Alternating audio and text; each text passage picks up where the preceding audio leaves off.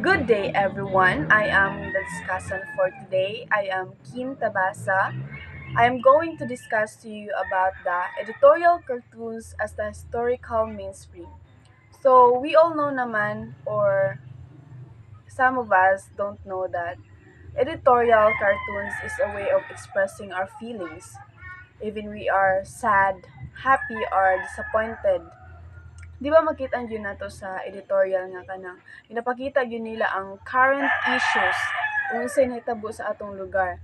For example, kanang daghanag mga, di ba makita yun na to nga sa una daghanag mga drugs nga kuan daghanag mga pangbaybas, so murag himo bitaw na nilang editorial para mapakita sa uban nga kanang mao nay issue karon nga dapat kanang ma-solve bitaw or kanang dapat mahunong na siya. Kay kung dili na siya mahunong, di ba, daghanig yung mamatay then kung makita sa dira, di ba nga ug gipakita sa diraa sa editorial cartoon para ma-aware ta or makabalo ta kung unsa ang kanang dapat nga likayan nga buhatonon. So, there is a first picture, ga-highlight diri giun sa pag-influence sa United States and Filipino culture during American colonization. So, the picture critique na giun sa pag-divert sa American colonial government ang mga tao sa current issues. For example, sa Manila Carnival Contest. So, gigamit to nila nga contest para ma-divert or ma-distract ang mga Filipino sa current issues. Nga imbis mag-focus dito sa mga panghitabo dito ang time, mas nag-focus noon sila dito sa contest.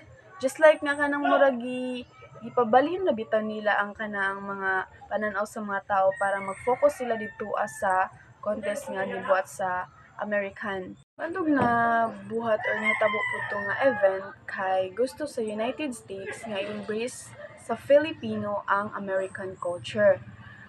Then, aside of that is, nahimo po to siyang dako nga event kay ang mga nangapil ato kay mga upper class. Kay gusto nila nga kanang ato kasi nga time is dako gyud siya nga event which is daghanay jud nangapil then imbis nga mag-focus sa current issues sa health issues, mas nag-focus noon dito sa kanaang event which is the Manila Carnival Contest.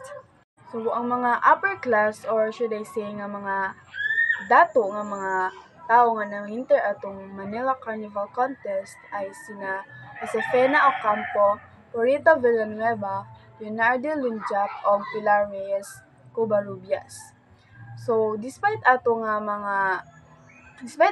event, nga nag-focus with sila ato, then wala sila focus sa current issues or sa issues ato about sa one of these issues was public health since the cholera outbreak had claimed or killed number of lives.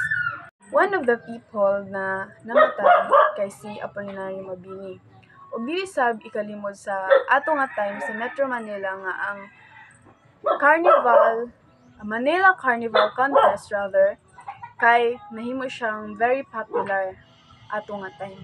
The second picture or the editorial shows how Dr. Santos, a politician from Tonda, transferred her crown or his crown to Dr.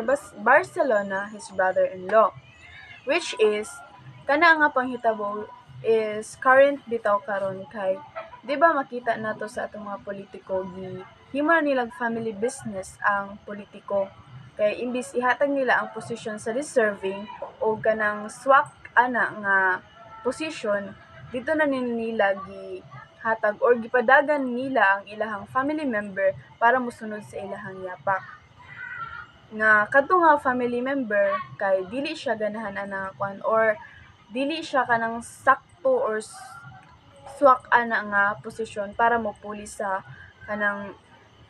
ilang family member nga naay posisyon.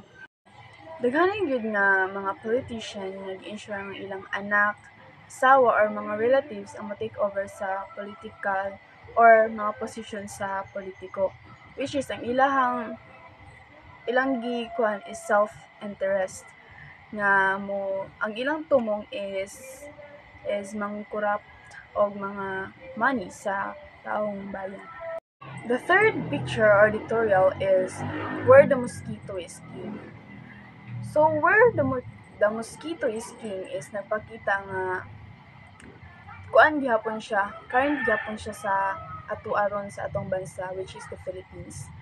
Kaya di ba makita na to nga kanang lack gihapon ta og kanang support from health di ba kay daghana gihapon masakit sa atoa.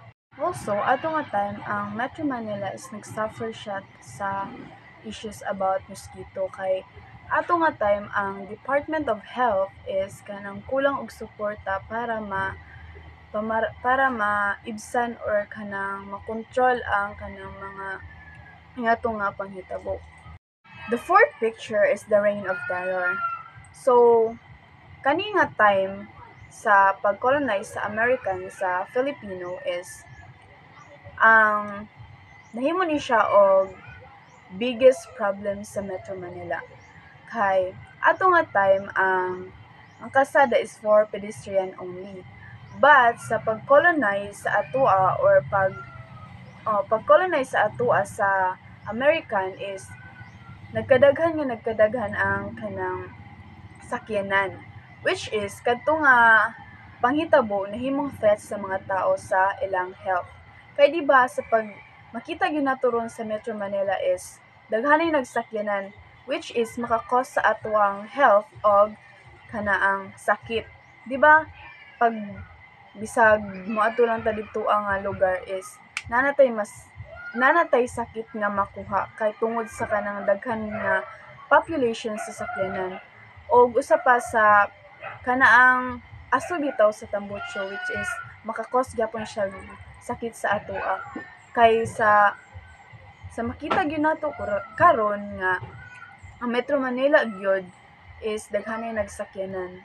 Also, kadto nga time is more on killing gihapon siya.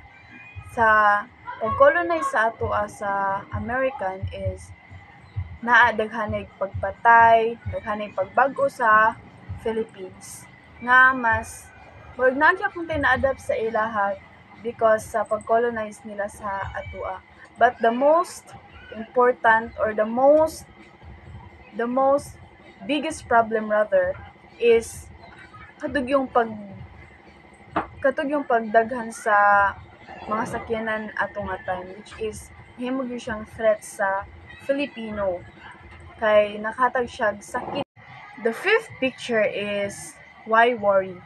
Gi-highlight diri ang poor drainage sa Metro Manila which is the Pasig River atong time sa American colonization. So makita sad nato di ba pag kanang Pasig River pag mukusog ang ulan is dali ra kay siya motubo ang tubig which is mag-cause dayon siya baha. As you can see sa di ba diha sa picture is daghay tao nga kanaang nanglikas or nambakwit tungod sa baha ato nga time which is kanang current gihapon siya sa ato aron nga panghitabo or dito sa Metro Manila is wala gihapon siya nasolusyonan nga problema. Then also ato nga time sa American colonization ang American nag-implement og kanang solution about ato nga problem. But ang Filipino bureaucrats which is the worker and the bureaucracy is the organization wala sila ni tuman ato nga kuan or wala sila nila gipadayon to nga solusyon para solusyonan to nga problema. In the sixth picture which is the dirty municipal politics is makita gyud ni nato siya karong umaabot nga eleksyon which is ang mga politiko kuan na pud sila manghatag o mga like pang disco or kanang vote buying para madaog. So dili wala sila naggamit og kanang fair bitaw nga kanaang fair nga panglaban para modaog sila or moangat sila ana nga posisyon. So diriya sa dirty political politics is ang ilang ginagamit is mga dirty or mga hugaw nga mapamaagi para modaog sila or para moangat sila ana nga posisyon. Just like for example is kanang karon nga umaabot nga eleksyon.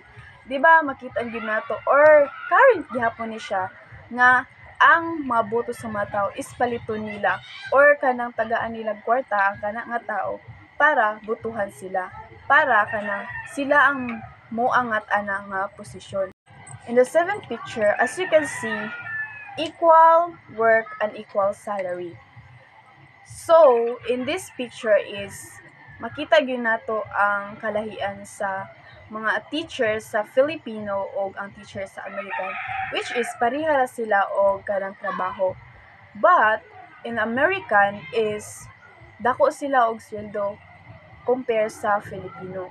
Kay di ba makita gyud nato ron nga ang mga Filipino daghanay gyud nga namalhin or dito ang nagtrabaho sa lain nga lugar or lain nga country para ma-sustain ang ilang family kay nakita nila dito sa lain nga country nga kuan dito kanang makasustain gyud sila sa ilang family diri sa Pilipinas.